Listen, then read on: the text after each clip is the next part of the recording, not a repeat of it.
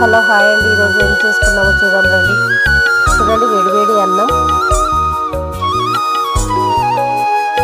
ఇంకా కాల్చిన చికెన్ స్కిన్తో అండి దాంట్లో దోసకాయ వేసి చేశాను. టేస్ట్ చాలా బాగుంటుంది. దోసకాయ చికెన్లో కానీ మటన్లో కానీ వేసి చేసుకుంటే చాలా టేస్ట్ చాలా బాగుంటుంది.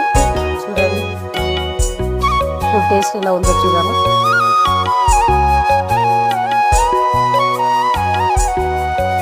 చూడండి, దోసకాయ ముక్కలు ఈ విధంగా అయితే చిన్న చిన్న కోసి వేసుకోవాలి.